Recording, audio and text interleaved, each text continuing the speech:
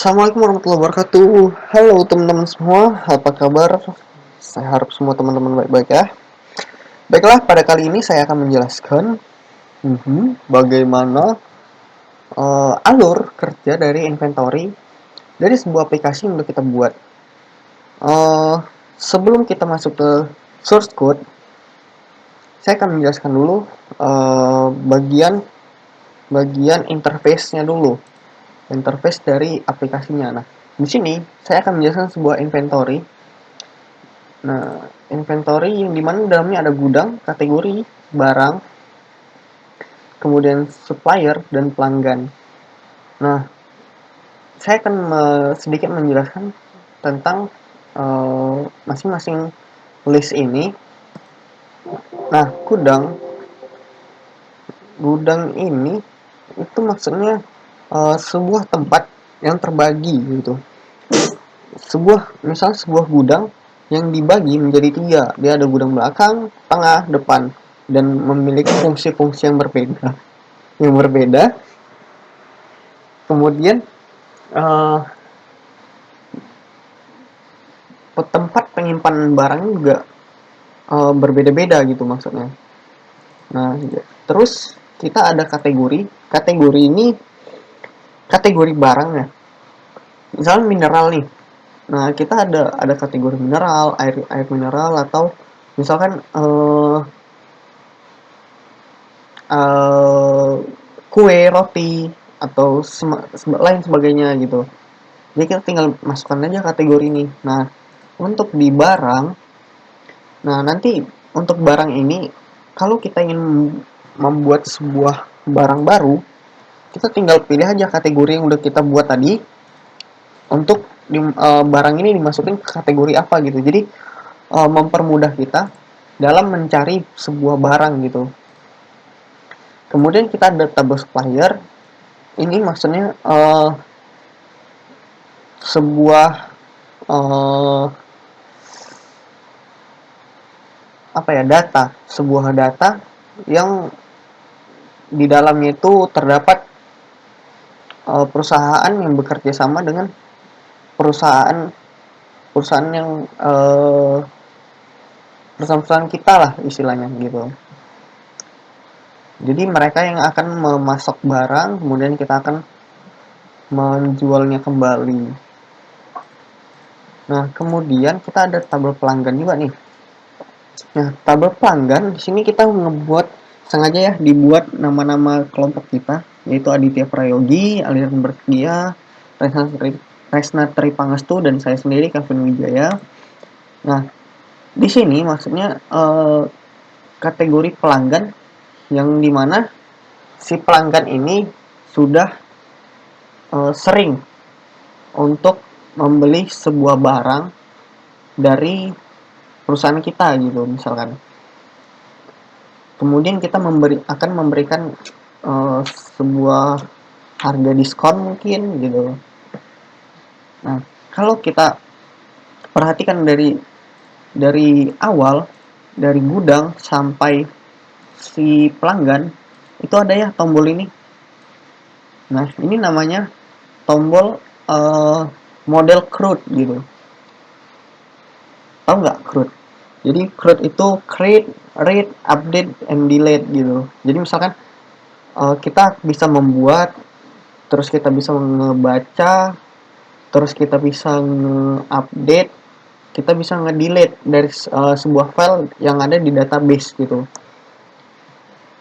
Jadi setelah penjelasan mengenai interface list inventory ini, nah kita akan masuk nih ke database. Local hostnya oke ini. Jadi si penjualan ini loading oke. Si penjualan itu punya banyak tabel yang udah kita buat. Kemudian untuk si inventory yang barusan kita bahas, kita menggunakan tabel barang, gudang, kategori, pemasok, dan pelanggan. Nah, yang si gudang ini dia akan terbagi ke tabel gudang. Jadi akan masuk ke dalam ini. Kalau misalkan teman-teman mau ngebuat, kita ngebuat baru nih. Nah, misalkan gudang A gitu. Dengan satuan itu, dengan jenis si gudang ini, jenis gudang si distribusi gitu. Jadi dia perlu ada tambahan gudang. Ya udah, tinggal kita tambahkan aja. Dia akan tersimpan di database yang tadi. Ini kita refresh. Kemudian dia bertambah. Gudang A, oke. Berhasil ya. Kemudian kita juga bisa mengupdate atau merubah namanya. Atau bisa jadi kita gudang depan ini kita rubah namanya jadi gudang B. Udah, tinggal kita klik update, berhasil dirubah dan dia berubah. Dan di database juga berubah. Nah, itulah model dari model CRUD ya.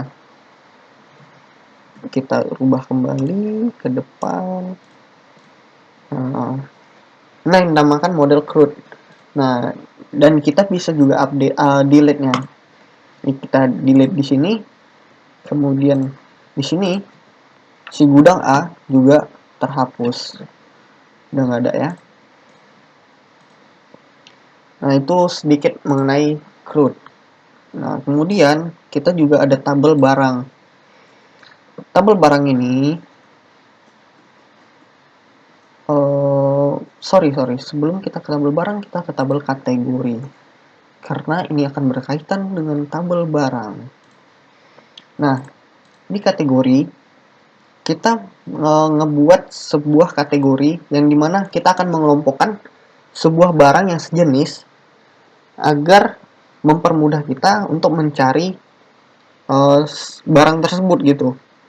Jadi misalnya ada di sini ada mineral, misalkan nanti mau kita tambah di sini roti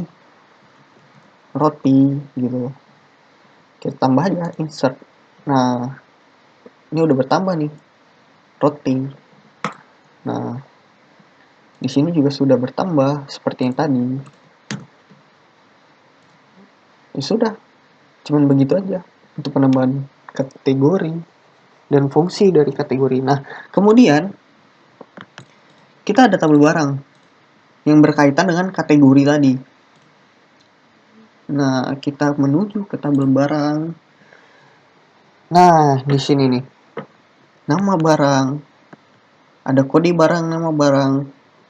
Kode kategori atau kode kat yang kita singkat di sini. Kemudian ada harga beli, harga jual, jumlah, dan ID gudangnya. Nah, ini yang saya bilang tadi, ID gudang, dia akan menyimpan, misal Aqua akan disimpan di gudang 1 misalkan, atau gudang belakang. Terus Sanford di gudang tengah. Aqua, ini kok ada Aqua 2. Anggap aja ini Aqua yang besar gitu, atau liternya gede ya. Atau Aqua galon juga boleh lah. Nah, kita taruh di gudang depan. Nah, gitu misal contohnya. Kemudian, yang kategori tadi, kita masukkan ke kategori ini. Yang tersedia tadinya. Gitu. Jadi biar untuk mempermudah kita mencari si barang tersebut. Jadi kalau misalkan gini, kita mau nambah sebuah barang dari roti, misalkan roti kering. Nah, kita pilih kategori roti, kemudian harga belinya. Misal nih kita beli beli rotinya tuh harga 3.000 dari si supplier gitu. Kemudian kita jual aja 5.000 gitu. Dengan stok jumlah yang kita butuhkan itu misal 100 roti gitu. Dan kita simpan aja di gudang depan. Udah diinsert, berhasil disimpan. Nah, kemudian nanti dia akan tersimpan di sini dengan susunan seperti ini gitu. Dia ada kode barang, kemudian dia akan masuk ke kategori 2 yang baru kita input, kemudian dia akan dimasukkan lagi ke gudang gitu. Dia ibaratkan itu si kategori ini sebagai list yang akan mempermudah kita untuk mencari stok barang, ke ketersediaan si barang. Kemudian gudang ini sebagai tempat penyimpanannya. Jadi, oh, si roti kering masih ada. Kemudian dia adanya di gudang 3 gitu. Ya udah, kan kita mudah gitu untuk mencarinya. Oke. Terus kemudian kita ke supplier. Nah, tabel supplier itu sama aja sih seperti yang uh, model-model tabel yang lain gitu, menggunakan metode model CRUD. Nah, ini si supplier ini dari perusahaan-perusahaan yang bekerja sama dengan perusahaan kita. Kemudian mereka kan mensuplai barang-barangnya ke kita gitu dengan harga yang dengan harga bisa dibilang harga kerjasama lah gitu. Kemudian kita ada tabel pelanggan yang dimana seperti yang saya jelaskan tadi, pelanggan ini yang sering membeli sebuah barang dari kita, kemudian yang nantinya akan kita beri diskon gitu. Itulah istilahnya gitu. Nah, untuk semua ini itu dengan model CRUD ya, model yang sama dengan metode model CRUD. Nah, kemudian kita masuk ke source code-nya. Nah, ini source code-nya. Source code, kita ke source code barang dulu terlebih dahulu. Nah, sebenarnya modelnya sama semua. Dengan model CRUD itu cuman insert, delete, update, read gitu. Jadi sintaksnya juga nggak jauh-jauh beda. Jadi mungkin saya akan menjelaskan satu sintaksis saja untuk model CRUD ini yang akan mudah dipahami nantinya. Oke, saya mulai dari nih valid input. Nah, kita akan ke inputnya dulu. Kita akan memasukkan data ke database-nya. Tapi sebelumnya, sebelum kita untuk melakukan sintaksnya, sintaksis input, pastikan dulu import library yang kita butuhkan gitu. Standar library Java-nya yang kita butuhkan. Karena kalau nggak kita import, nah sintak-sintak yang kita buat bakal error gitu. Kemudian kita masuk ke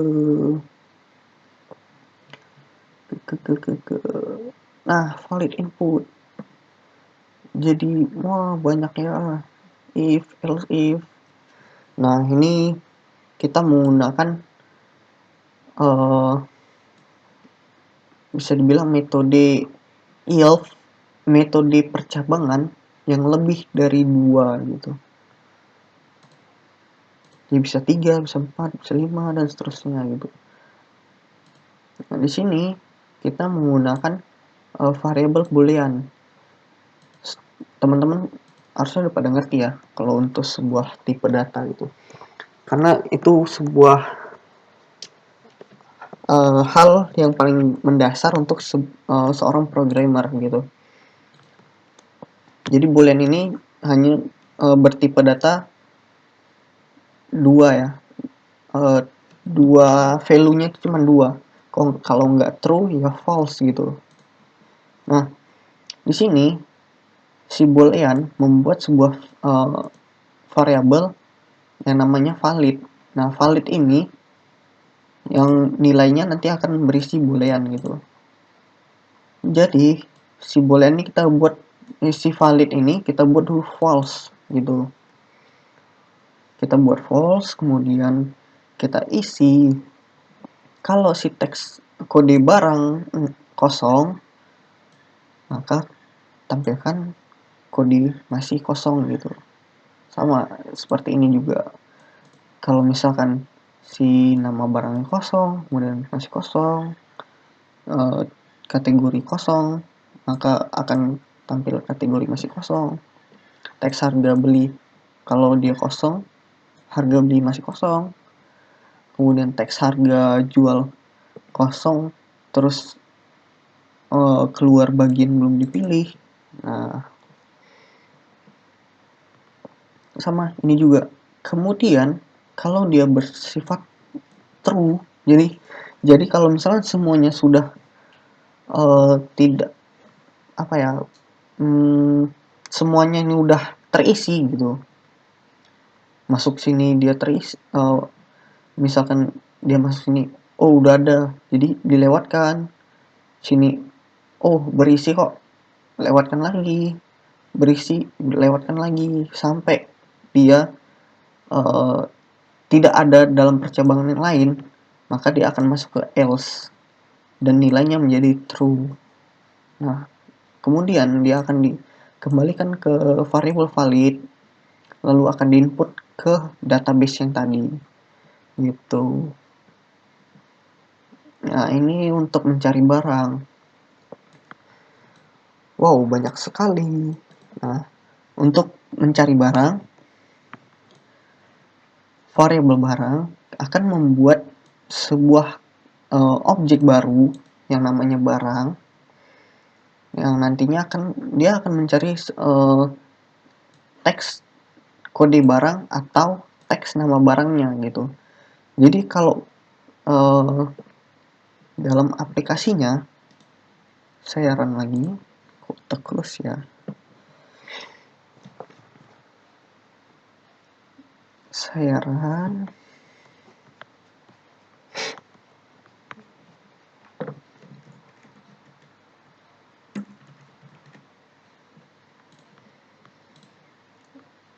Nah, di sini kalau misalnya kita cari si kode barang BRG 000001,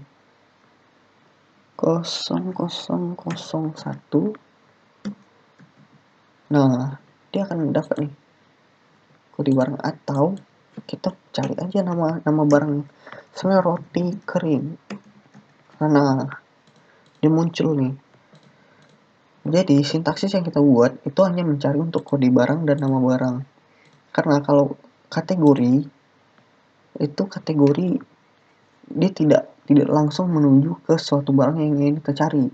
Jadi kategori itu hanya sekedar list dari grouping gitu, grouping dari beberapa barang gitu. Oke. Kemudian kita ada reset. Nah, reset ini, tombol reset,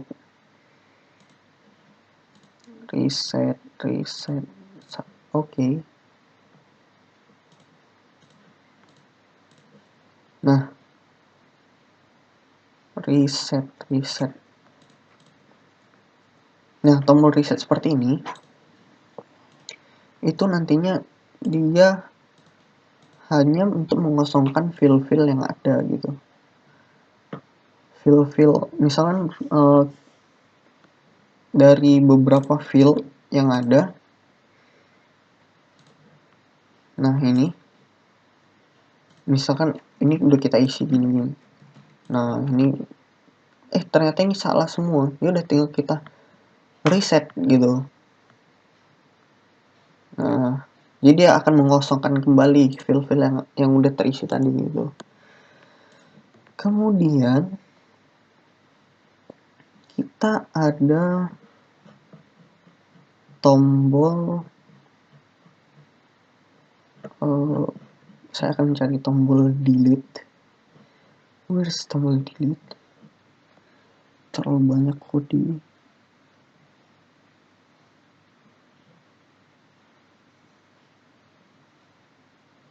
Oke.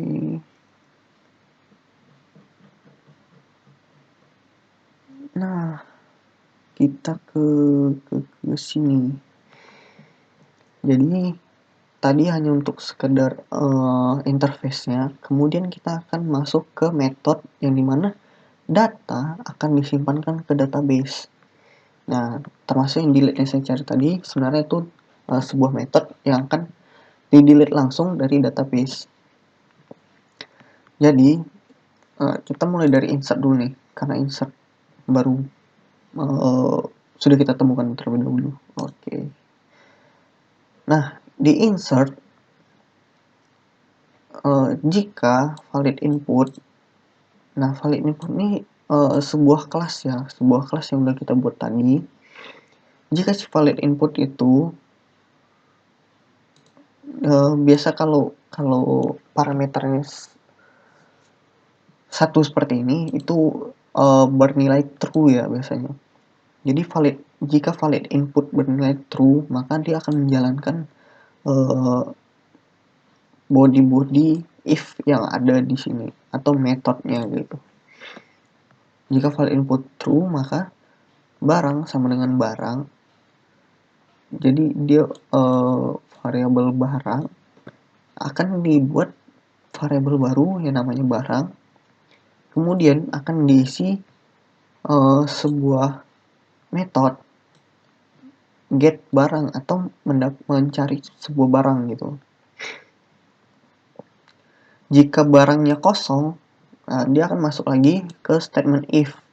Jika barangnya kosong, maka if barang DAO.insert. Nah, ini merupakan import library yang kita gunakan di sini nih. Nah, ini import DAO nih. Nah, di situ kemudian jika dia ada barang, ada si barang ini gitu, maka kalau si barangnya kosong, maka dia akan memasukkan ke si barang gitu. Lalu munculkan pesan data berhasil tersimpan.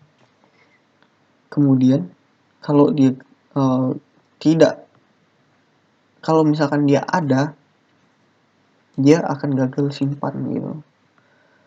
Nah, kemudian catch ini sama seperti yang saya katakan dari video sebelumnya, dia akan mencari si servernya untuk koneksinya gitu. Kemudian kita ada button update sama seperti si insert, dia akan mencek dulu nih si valid input dan dia akan mendapatkan si barang. Nah, yang bedanya itu di sini nih. Nah, di metodenya dia akan mengupdate, tidak mendelete. Jadi dia akan hanya merubah barang yang kita pilih gitu. Kemudian akan memunculkan pesan kalau barangnya berhasil terubah, maka data berhasil diubah. Kalau tidak, kemudian dia ngeload ke awal lalu ngeriset text fill tadi menjadi kosong gitu. Kemudian kalau dia udah ada gagal, maka data gagal diubah gitu. Kemudian ada delete. Nah, sama ya, semua itu sebenarnya sama. Perbedaannya itu hanya metode gitu. Tapi di sini ada tambahan if. Nah, di sini dia akan menambahkan untuk mengkonfirmasi dulu sebelum menghapus gitu. Kemudian baru dia akan mencoba untuk menghapus si barang. Oh, kok hilang update. Nah nih, kemudian dia akan menghapus si barang tadi gitu. Kemudian dia akan ngeload di awal lalu ngereset tuh. Kemudian ada button cari. Jadi sini untuk mencari si barang. Dia mau ngecek dulu barang ini ada nggak gitu. Biasa user akan mengecek dulu barang ini masih ada atau enggak gitu. Dia akan ngecek si barang, kalau misalnya si barang masih kosong, dia akan ngecek dulu si list barang di metodenya gitu. Kemudian kalau barangnya kosong, lalu dia akan mengecek nih kelas-kelas yang udah dibuat tadi gitu. Kemudian dia membuat sebuah variabel baru dan diisi dengan value new object, yaitu objek pencarian. Lalu dia akan mencari barangnya dan mengambil datanya gitu. Oke, lalu kita ada ke refresh. Refresh ya seperti yang kita lihat tadi, dia akan ngereset semua input yang udah kita ketik tadi gitu. Kemudian kita ada ini teks. Oh, sudah selesai ternyata. Sudah tidak ada lagi. Ini untuk fill teksnya. Kemudian sudah habis. Oke, mungkin itu aja video dari saya kali ini. Jika terdapat kesalahan dan kekurangan, saya mohon maaf. Semoga apa-apa yang saya sampaikan menjadi ilmu buat teman-teman semua. Terima kasih. Wassalamualaikum warahmatullahi wabarakatuh.